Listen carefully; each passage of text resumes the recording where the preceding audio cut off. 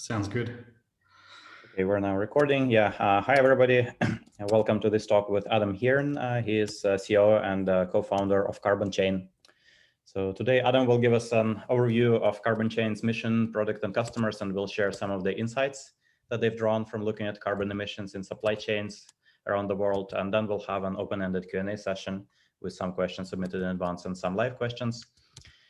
Yeah, I'm personally really excited for this talk because decarbonizing supply chains is obviously an enormously complex and important task with huge climate impact. And I love from what I learned about CarbonChain from their website that they're taking like a very practical and multifaceted approach to it. And Adam also brings many years of deep domain expertise to the table. So I'm excited to hear what they've learned. Just a couple more logistical notes before we begin. So first, the event is hosted by Work on Climate. Like most people here are probably from Work on Climate, but sometimes people from outside the community join as well. So for those who are not from Work on Climate, we're a Slack community that's helping people pivot their careers into climate. Come join us. I am Eugene. I'm the co-founder of Work on Climate. I'll be facilitating this event. As I mentioned, the event is going to be recorded and posted on our Work on Climate YouTube channel. And you can find it on our past events page. We'll also be taking notes in this document that I'm about to paste into the chat. Okay, here is the notes document. It is pretty important to take notes because, as I mentioned, people often refer to past events, and I mean the community is growing pretty fast. So, we have 2,000 people in the community, and currently 8 people attending. Producing something that people can refer to is very helpful. And yeah, people do say that they have found it helpful. And one last thing. So for the live Q&A, we're using this app called Slido, where you can submit questions and vote on questions that others have submitted. People have submitted a few questions in advance, but please feel free to submit more during the event or even during the Q&A session. Yeah, just use it. So yeah, with that, on to Adam. Yeah, please begin, Adam. Thanks, Eugene. Good to host everybody. My name is Adam Hearn. I'm the CEO and co-founder of CarbonChain. I've had quite a diverse story in terms of how I got to be working on climate. My career actually started in mining. So I was with a company called Rio Tinto for around 12 years. And looking after and optimizing some of the world's most polluting supply chains, I guess you could say, optimizing coal supply chains, uranium, gold, aluminium, copper, diamonds at one stage in that same rotation, the same company. So to kind of be on that side of the table and come into working on climate, it's been quite an interesting journey for me personally. And I can share a bit more about that as we go. So I might start off just by getting into one of the problems we really look to address. CarbonChain essentially does tracking of carbon in global supply chains. So if you imagine the 37 gigatons or so of annual carbon emissions, depending on which report you look at, we could say it's 37. And a majority of that can be traced back to key supply chains that are just driving the economy day in, day out. So we specialize in that. After I was at Rio Tinto and just before starting this company, I was actually working for Amazon, managing their European supply chain. So looking after 8 countries in scope, 76 fulfillment centers, a lot more sortation centers, and an incredible amount of delivery stations. Our team would oversee about 2 billion in budget every month in spend, and help Jeff Bezos save a fraction of a cent with every delivery. So that's given us some insight into how we look at the world of supply chains. So what I'm going to just give a demo of is one of the sort of insights that we provide customers on a regular basis. Would you be able to let me share my screen, Eugene? Yeah, you should be able to. Let me see. Oh, okay. Yeah, now you should be able to share it. Thank you. Okay, hopefully everyone can see that slide. Thumbs up. Okay, great.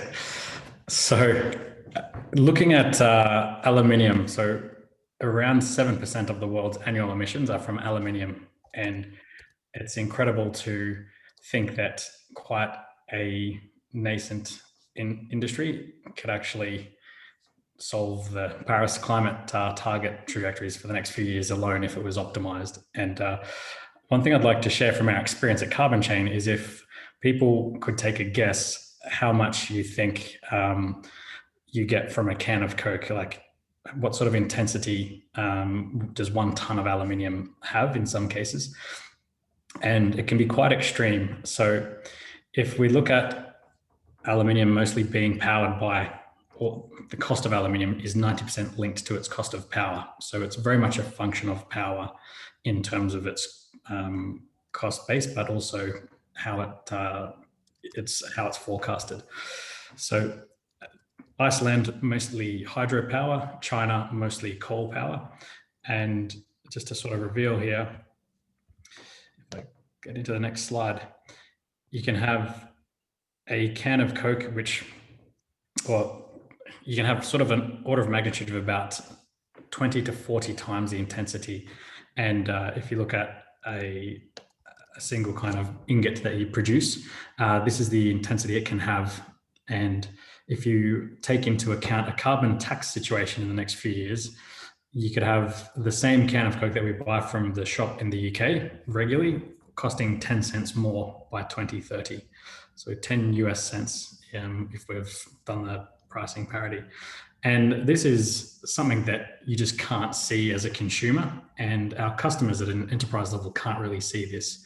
However, we can, and we build software for this. So we trace back what is a commodity up to the supply chains and to where it came from. So this is something that is very kind of obscure for the consumer to figure out. Also, in terms of shipping, so not all ships are created equal, obviously, but some of them are very similar. And you might think that maybe it's all the same. But from our database, we can have ships that are emitting 9 grams of CO2 per ton of goods that they move for 1 nautical mile, or it can be almost 4 times, 5 times that intensity, like 42 grams of CO2 per ton nautical mile. And this is incredible when you think of the Suez Canal blockage we had recently. That alone added, from our calculations at CarbonChain, added roughly 23% onto the emissions of all voyages that were impacted by that. So there was hundreds of ships there where we had such a large increase. And it's been hard to regulate the maritime industry just because they literally reside in international waters, and you have to link a national budget to the ship to be able to regulate it. So we provide visibility on this again. So if we're now looking at how do we measure the world's annual emissions, the ocean is pretty much the glue of all supply chains, and commodities like aluminium, cement, and steel account for a third of the world's GHGs right there annually. So that's how CarbonChain can attack so much of the problem. So I just wanted to provide that for some context, and I'll come back to that in a second. So just to share a little bit about our story at CarbonChain. Basically, I was working at Amazon until 2019, and we were looking at, I was looking at what to sort of do next with my career. We'd gone through some incredible growth at Amazon, and in 2019 we had the bushfires in Australia, and I remember my family backyard where I grew up catching alight, and fortunately neighbors were putting it out, but very proverbially speaking, my own backyard was on fire because of what was considered to be a global warming related incident. So I think the world has seen a lot more of those sort of events, bushfires, coral bleaching.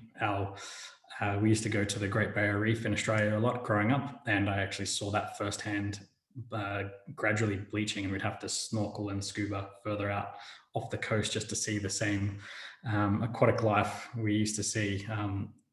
It was very hard to find Nemo when you've got a couple hundred meters of coral just bleached, but we used to enjoy that. And so I guess the contradiction for the audience is that how was someone working in the mining industry and then having this epiphany in optimizing coal supply chains.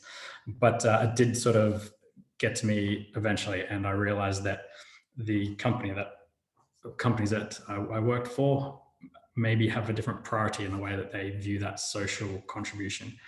And that's one of the motivating factors for me personally. So at CarbonChain, we work on that a lot. And the co-founder that I met, we originally met playing rugby when we did our MBA at London Business School in 2015.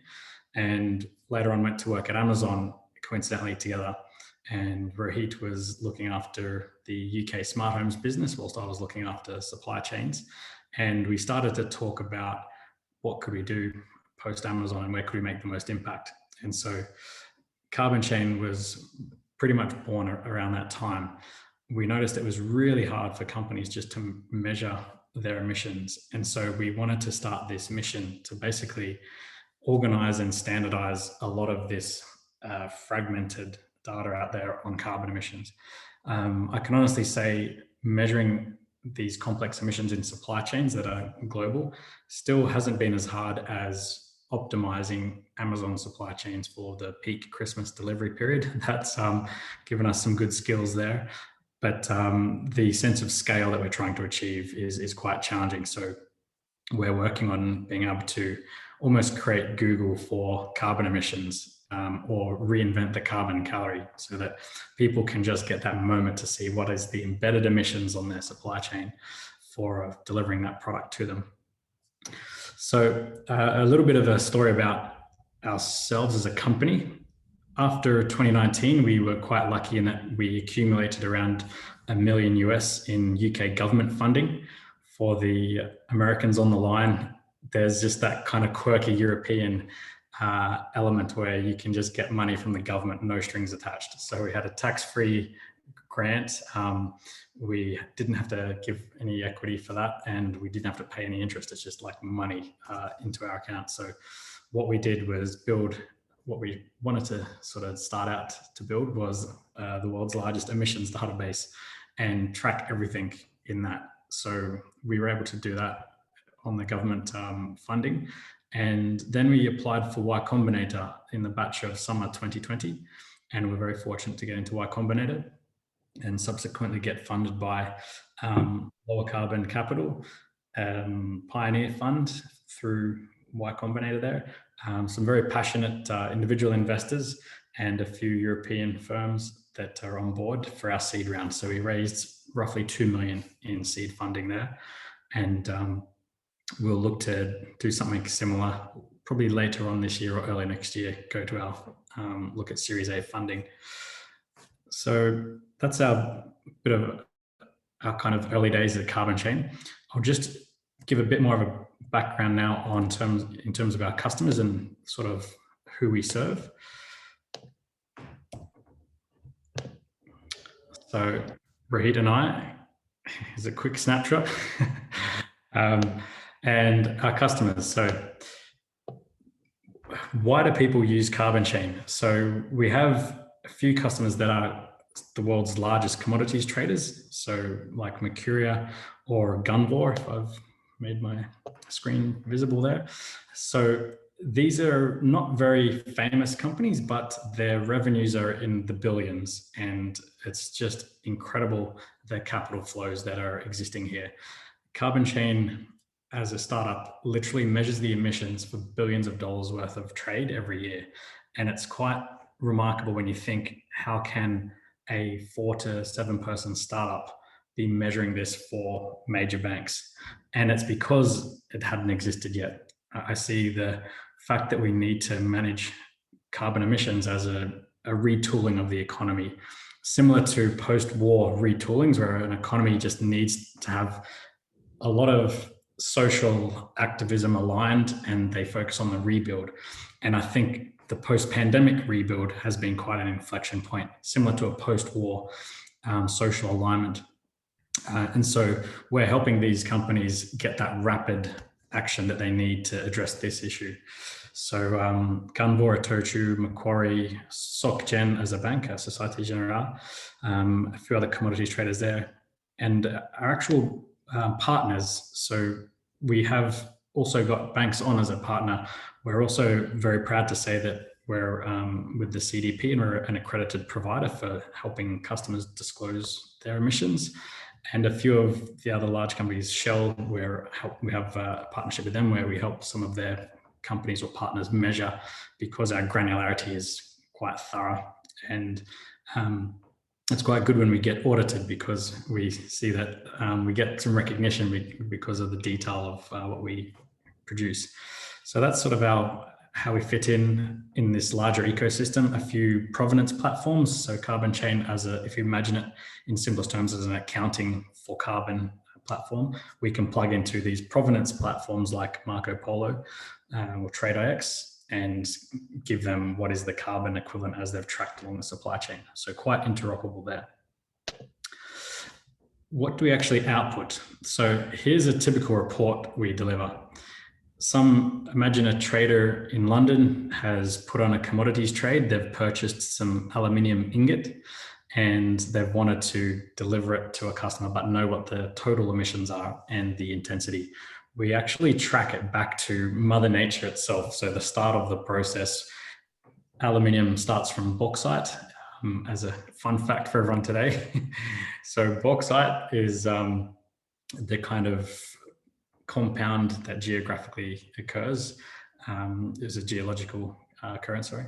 And then that gets refined to become alumina. And then that alumina is smelted to become aluminium. And we can track from a single aluminium trade, we can actually trace the global supply chain around the world to do that.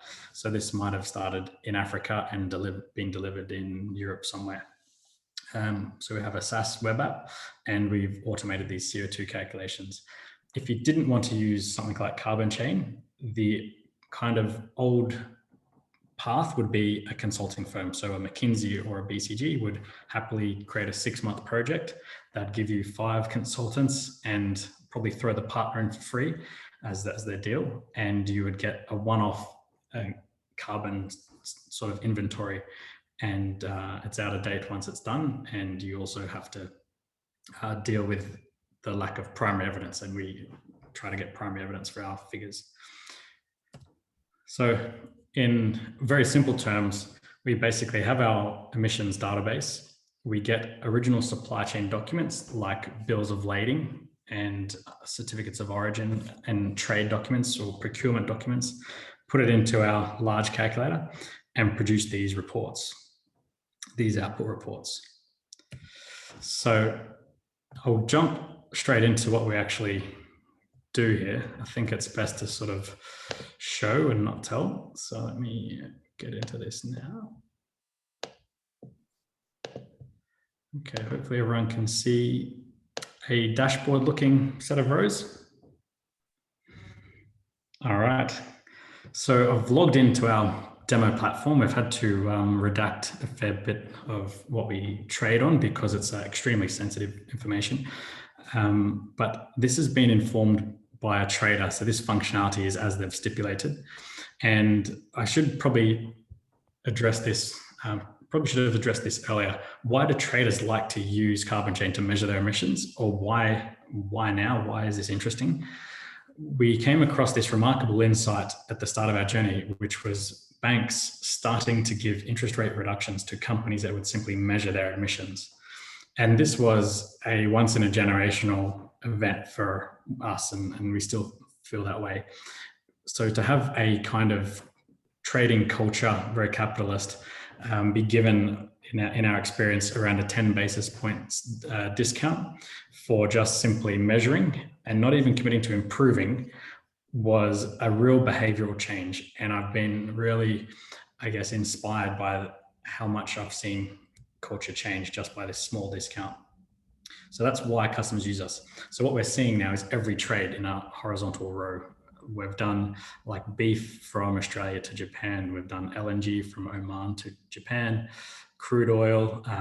We actually have a big headline in February. We helped calculate one of the world's first carbon neutral cargoes of crude. It sounds a bit ironic that it's carbon neutral crude, but that was us. And it's quite a big deal for making a landmark of the appetite from companies who want to offset. offsetting is obviously not the long-term solution, but it's a very good first step whilst companies figure out how they can tackle their longer-term goals. So we've done a lot of these trades here indicatively. And if I just drill into the product, when a trade goes onto our platform, we automatically calculate the origin and the destination, and then provide an overview of some of the key pieces of info. What is the total trade intensity, each leg? And we have these for legal compliance reasons. We keep a track of these documents so we can actually graft into financing processes that exist and take your traditional financing artifacts and calculate off those. So it means we don't have to create any new processes. And that is quite a big win for heads of ESG in a company, because our best place, the best place we exist is behind the scenes, ubiquitously just calculating, and it doesn't turn into this deep dive that distracts the whole company. So I'll click into the meat of one of our products here. So this is a report that we produce for a customer. Again, sticking with the aluminium example, they've purchased 1,200 tons. We've stated the emission boundaries very clearly at the start. And then if you can see here, I'll zoom in a bit more. We basically have tracked from cradle to gate. So we've found that this original purchase was a bauxite. The aluminium traces back to a bauxite mine in Western Australia. We've calculated what the emissions were to crush the ore, and that is a function of the hardness of the rock. And then we've also found what it is to get the alumina out of that. There's an aluminium oxide compound, and this is a function of the concentration of those oxides. And we've got the energy for that. And then we track that on inland freight to make sure the chain of custody is always locked in. And that's why we came up with the name CarbonChain, because we wanted to get a very firm track record of the carbon along supply chains. We looked at this unique company, which is now just part of our automatic database, but I know from memory of this trade, they have an inland conveyor that travels 55 kilometers, and it goes over about 7 roads and through 2 tunnels. And we can actually speak to the engineers that commission these projects to find out what the exact emissions are for that conveyor belt. So we're not missing anything here. And then we have the intermediate shipping leg tracked with satellite tracking of that vessel, and we have the individual emission factors for that vessel. Then we go into smelting, where we can see what the technologies of the smelter, where it's located at, what the power source is for that smelter. And given that a lot of the cost of aluminium is the electricity, this is quite a good insight to reveal for consumers. And then finally, the destination shipping leg. And we track down to individual IMO number for that vessel. So the Seamaster 2 took that aluminium to its customer. And at the bottom here, we have an aggregate figure, which is a sum of everything above given in absolute terms. And importantly for our banks and customers, we give this intensity figure. So this can tell a customer if it's a green trade or very, very clean, or if it's a bad trade. So this comes in at 19.1. The global average for aluminium, based on a LCA globally done a couple of years ago, is around 13.1 tons of CO2 per ton of aluminium. So this is a not sustainable trade. And in fact, this asset is probably facing longer term risks, like its cash flows couldn't go out, beyond 2050. This is probably something that can be shut down. And if I go into another example, I will just drill in here to our dashboard. The exact same product of aluminium, just to show what the difference can be. So another trader has purchased an amount of aluminium, and if we just sort of get straight to the intensity, we've tracked this again, shipping, smelting. This purchase has been able to come in at 9.2 tons of CO2 per ton of aluminium. So this is an over 50% reduction. And the reason for this is, if I go back to smelting, what was their power source? So they were powering their smelter with natural gas. All criticisms aside of natural gas, there are some cons to it, but it's still significantly lower than coal. And then just going back to the coal trade, I think it was, okay, yeah, it was coal. So that's why this smelter is terrible, and it's coming in at 19. So here are some incredible points that I just want to share with you guys. The actual greener aluminium, if I just go back to this one, this insight, so the fact that it's better than the world average, this isn't really represented in pricing just yet. So you could go out to the market and secure a long-term contract of this, and you're future-proofing yourself against this incredible amount of carbon tax and other legislation that's coming down. There's a very good study done by the Principles of Responsible Investment, and they've collaborated to create this what's called inevitable policy response summary. And they've said that regulation, although very delayed, when it comes in, it will be abrupt and it will be making up for lost time.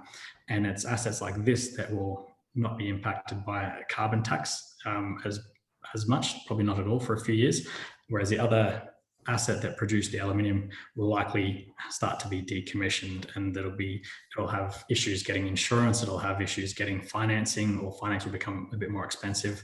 And we provide these insights, and it's just incredible to think that this isn't priced in. Like, if we weren't doing CarbonChain, I think from what we've learned, we could kind of go out and just trade commodities that are in these kind of green alpha zones, because it's just not well understood yet. So that's a demo of what we do, and I've talked a lot. I might just park up there. It's sort of a good natural endpoint to just open the floor to any questions that anyone might have. And I know we've got a few submitted ahead of time, so we can go to some of those, but please, the more interaction, the better. And the tougher the questions, the more I enjoy those. Thanks so much, Adam. It's always great to see a demo of a product like this in action. Like that gives a really much deeper insight than just like talking in general terms about what it does. Yeah, so I'm going to share my screen with the questions that we had submitted, that people have submitted in advance, and we'll take turns basically between that and taking live questions. So give me a moment.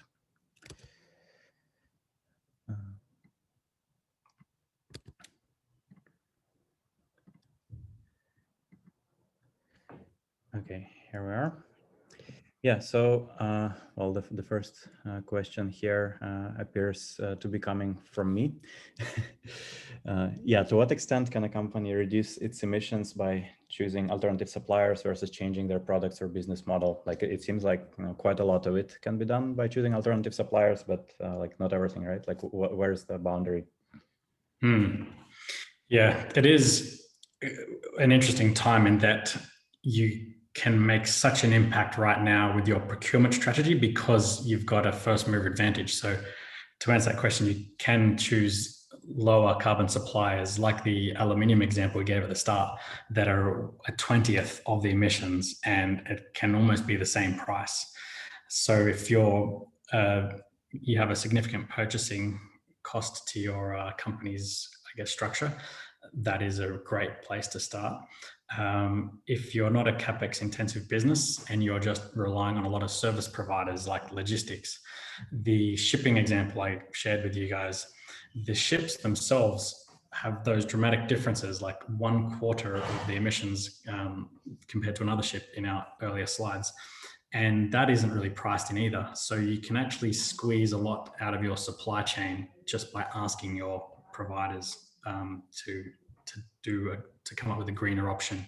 There was quite an incredible move from IKEA, where the leadership there just said, you know what, we're not going to accept deliveries that have bypassed the Suez Canal and taken the longer trip around the Cape. This was obviously before the Ever Given was blocking up that spot, but that caused such an increase in emissions. And you've got these companies that don't really have direct influence. They can't, sometimes they've got no say in what a logistics provider does for transshipments, but they're just asking anyway. And you can get low emission vessels now from the same spot. And in some customers are actually just literally looking at the ships on a screen, and instead of chartering one, over there, they'll just pick another one over there, and it doesn't impact their organization. So I'd say it's actually a bit of a gold rush for getting these greener supply chains secured. Companies that are moving now are getting incredibly well positioned for this transition to a low carbon economy. Mm-hmm. Yeah, I guess maybe an alternative way to ask this, like if everybody in the world used CarbonChain, like how much more would we need to do? Like if everybody got their commodities from the best possible sources at a reasonable price for them, like is there an estimate for like how much would remain, like what fraction of emissions we need to reduce this would reduce? I think we could be incredibly aggressive and get to the Paris agreements. Like we could nail that trajectory. So staying at 1.5 or not exceeding is very achievable if we continue with the same renewables coming onto the grid, and if we start to dislocate the prices in the industries. So differentiate what is green steel, what is green aluminium. There's been an increasing willingness to pay for these expensive products, and I think we could fund that, and also we would just get better utilization of the supply chains themselves. So a lot of the ships are not being utilized in a way that they're trying to meet targets. They're just being utilized still for profitability. So I think we could add in 1 or 2 percentage points each year if everybody was measuring, because effectively what gets measured gets managed. Got it. Well, that's very reassuring. Let's take a live question. So yeah, anybody just feel free to, I guess, speak up or post a question in the chat. Hi. Can you hear Hi, me? Marie. Mm-hmm. Yeah.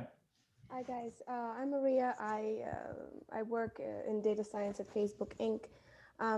I recently started kind of exploring this sector, hence the question. So to build upon your previous question, Eugene, so if there was let's imagine there was like a sudden mass shift from one set of commodity suppliers to another. First, is the industry of commodity suppliers even ready to fulfill that kind of demand?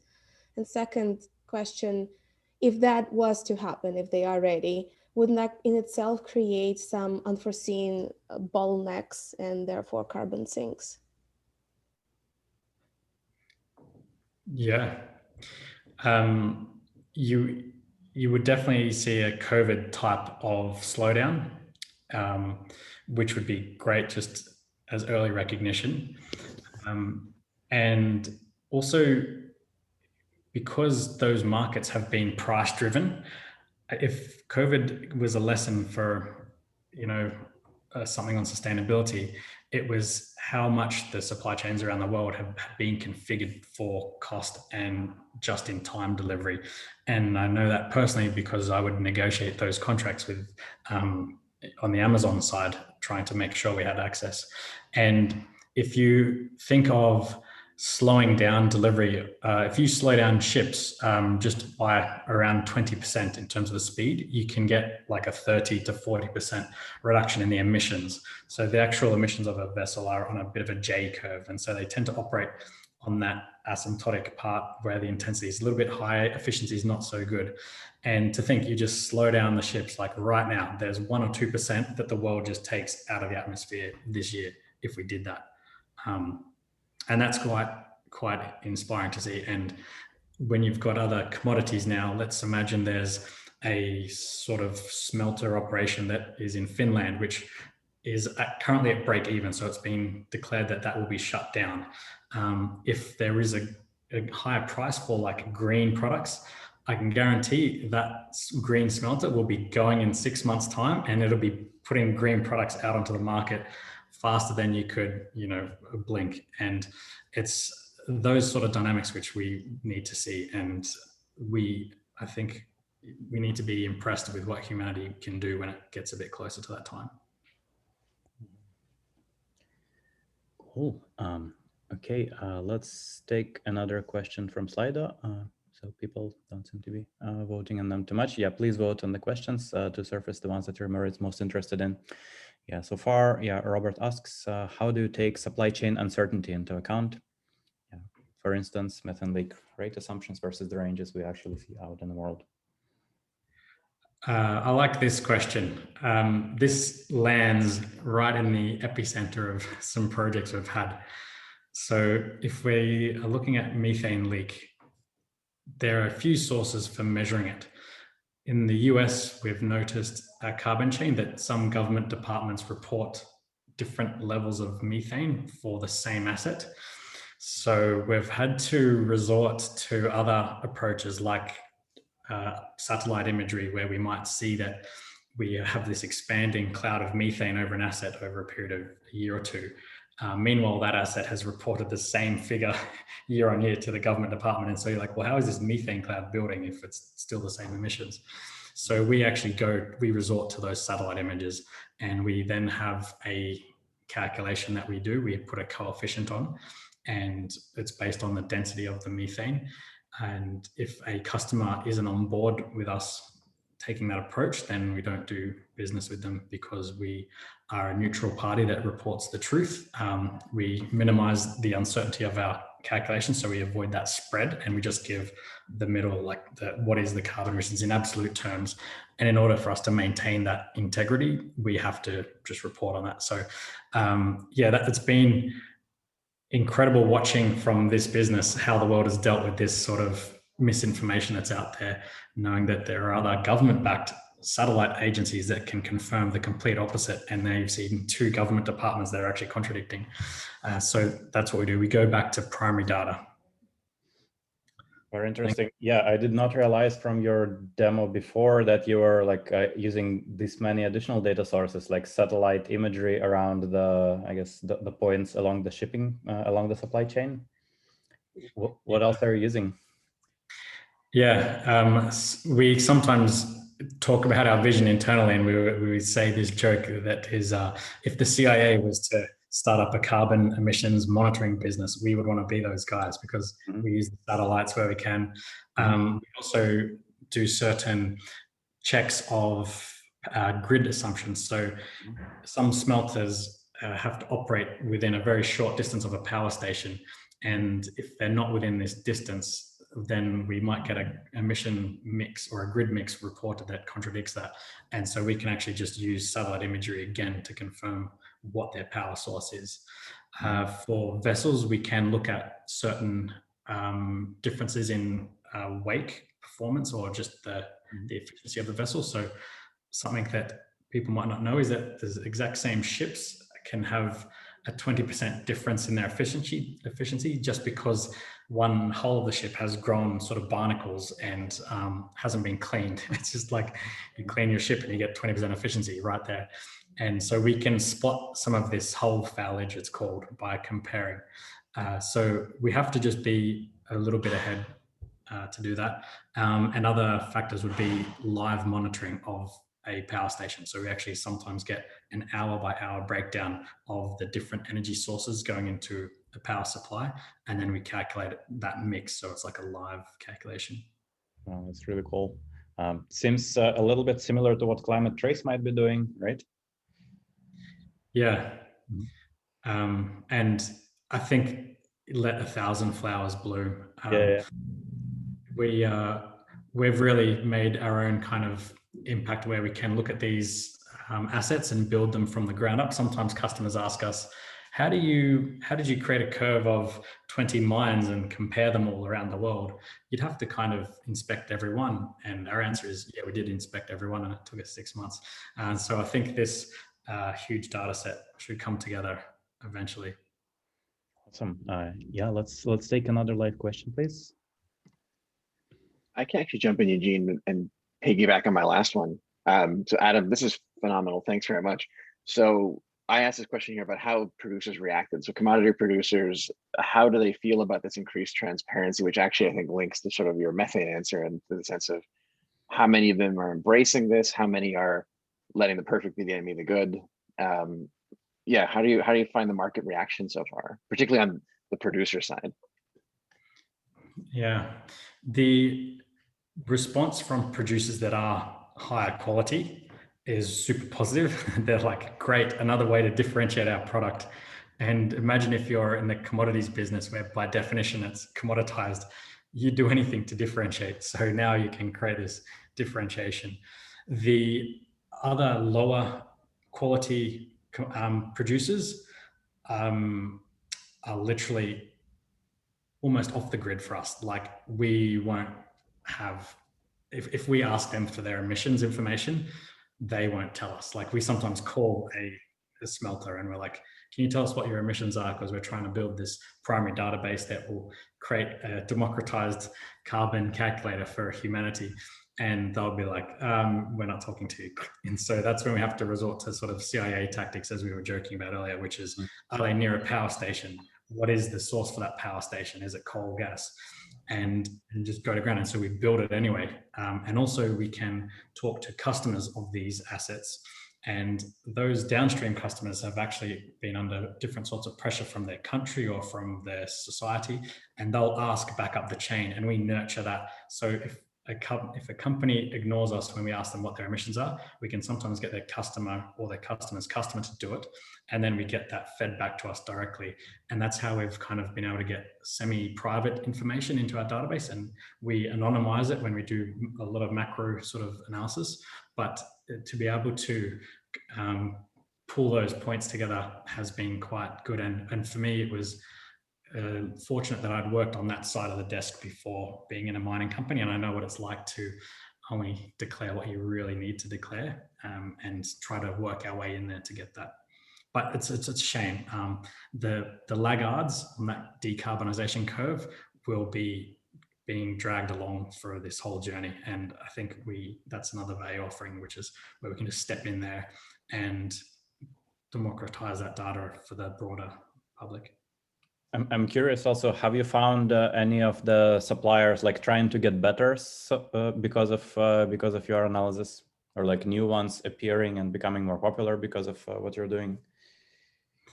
Yeah, some of them get a very easy and fortunate improvement plan. So they might realize that they've got upstream to them, they've got like a few good and a few bad suppliers where they procure their stuff from. And with any good supply chain, you have a few options, right, for resiliency. And then they'll just figure out which ones are the greener ones, and they'll just switch to those. And the transition cost is immediate. Like the moment is very quick for them. And then they have done other things like no longer wanted to work with vessels that are below the mean for the vessel rating. And they'll put that into practice straight away. We've actually seen equipment manufacturers do something like, if they're selling to a customer who isn't sustainable, they'll, instead of giving them 365 days of financing, they'll give them 30 days and like a bit of an interest rate. And when you're trying to manage your cash flow, it's these kind of non-standard terms that are also starting to appear. And that's quite promising for us, because we wanted to see that creativity in the market, and these greener actors are definitely doing that. Mm-hmm. Oh, okay. Let's take another question from Lisa, and yeah, Lisa's right here. So Lisa, maybe do you wanna just ask yourself whichever of your questions you prefer? Sure, yeah. Thanks, Adam. This has been really, really interesting. I'm curious, based on your previous experience as well as what you've done with CarbonChain, do you have an idea of how much embedded carbon is in capex versus what's in continued emissions with apex? Yeah, if I had to just pull a number out, I would say within an operational year, a company that emits, like, let's say 100 tons of CO2 has probably invested in capex that is 5 to 7 times more intensive than that. So we do have a lot of, I guess, sunk carbon that hasn't been accounted for up to this day. We're kind of starting from scratch here. So that's very unfortunate, actually, especially if we look at the fact that we're measuring emissions from mines, but we haven't gone back to kind of 30 years ago when that mine was commissioned and they were doing a lot of destructive work there. So we kind of had to draw a line under it and say, from our perspective, we're just measuring like as accurately as possible, as accurately as science allows from this point in time, knowing that people have already sunk a lot in. And we're actually expecting to see a little bit of a corporate strategy where people still might try to do some capex investments now whilst there aren't carbon borders up around the world. So for anyone who doesn't know about that European carbon border adjustment, that's coming in very soon, like next year. And in theory, one could get inventory over past the border before the wall comes up, so to speak, and get around it. And so it is quite an insightful point you make. Awesome. As a follow-up to that, are you getting questions from customers about how to decarbonize their capex projects? Yes. Yeah, we've had construction companies ask us hypothetically, could we, instead of using steel, imagine if we used wood? And I'm being completely serious. There's kind of this older engineer out there that can prove that wood is like steel, but from Mother Nature, and the intensity of the carbon emissions are incredibly low compared to steel. And they're trying to now figure out how to switch that out. Sites that are using a lot of concrete. And so if we consider that cement production is around 10 to 11% of annual emissions, and it's mainly the fly ash that is in that's causing it, so the clinker. If you're using a low ash alternative, then we're starting to see construction projects try to source that. And in a very inspiring moment last year, I can't state the source of this due to Chatham House rules from this conference, this closed conference, but there was an observed steel pricing dislocation last year, 2019, where greener steel sourced from like electric arc furnaces as opposed to blast furnaces had a slight premium temporarily. And this very senior figure in that industry said, we have had a glimpse of the future.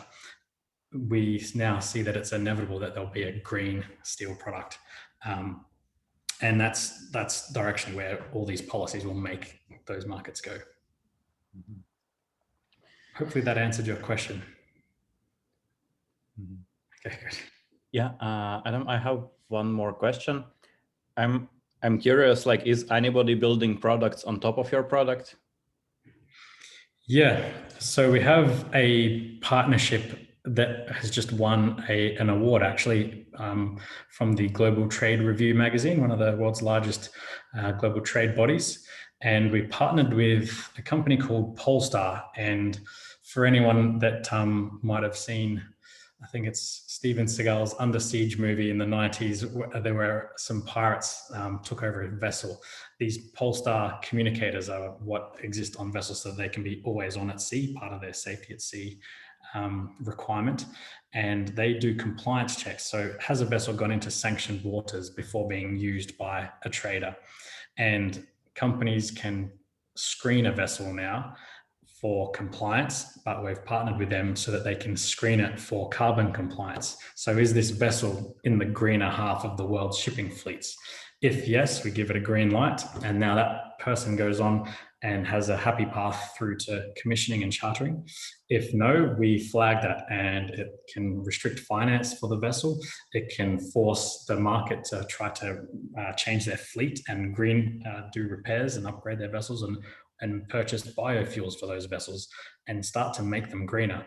And that's great to be partnered with a world leader in sanctions and screening and put that feed in there. And we want to increase that in 2021, where we partner with a lot more companies to just give them this API feed of the carbon calories, so to speak, and make that part of procurement longer term.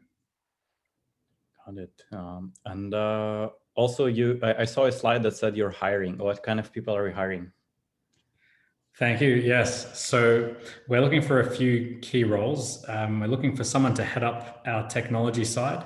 We've been focusing on building the data for a year or so now, a bit more, and we've been really getting to learn the market out there and what they want.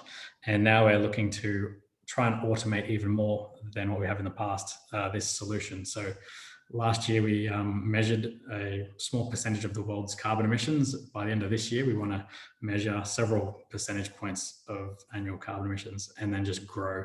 So yeah, we're looking for that head of technology role. We're also looking for a shipping's emissions expert, very niche, but we've got an incredible role there. A couple of carbon analysts, so people who can help us with emission factors and expanding our coverage. And also we try to take a couple of juniors on every year, so entry-level positions, just so that we can share some of our experience too. We have some roles open, and on our CarbonChain careers site, there's I think 8 listed at the moment. So please jump on there and inquire. I will respond to any emails myself if you're inquiring. So that's adam@carbonchain.com. Awesome. Yeah, more questions from people? I can jump in with a quick one, if that works, Eugene. Yeah. Adam, have you had a chance to, as you said, sort of you state sort of a singular number as the estimate for the, this commodity delivered to X. Have you been able to sort of, test that number against, out in the like, as you said, there's ranges of things that could actually have gone on in terms of the shipping of that product and methane leaks and leak rates or the ship type or class or condition and so on. Have you been able to sort of test the output results relative to, I guess real world measured commodities, but I guess does anyone actually measure across the supply chain to then test against that sort of quote unquote truth? So just to make sure I understand the question, is it a case of we give a figure and then has anybody kind of tracked it like firsthand and said that actually is the figure? Is that what you mean? Yeah, like to the degree that's been done or possible, yes. Have you guys been able to do that? Or do you have a sense of how close from, if you were able to measure in extreme detail physically across the whole chain, how far off your measurement, what plus minus range you might have? Yeah, so we've been audited and a couple of times, and the actual response is from the auditors, we've never seen this much granularity across the supply chain. And we actually take it as a compliment because it's like a moment for us to shine. And we've often worried about us going into this huge amount of detail because we know that alternative products will use a broad brush estimation tool. And it kind of reminds me of a sell side analyst report where they say this share price would kind of hit here and everyone takes it with a grain of salt, but they feel better for reading that analyst report. And that's what the alternative is in a way. Whereas we want to minimize the spread. And so we actually don't want any spread. So the number we produce is the most scientifically verifiable methodology for the whole supply chain. So in most cases, there is no spread. But we can still have a certain amount of error. So I'll give you an example. If a ship happens to slow down a little bit compared to what we thought it would do, but we've just kind of projected a consistent speed in a straight line, we might be off by like 0.001%.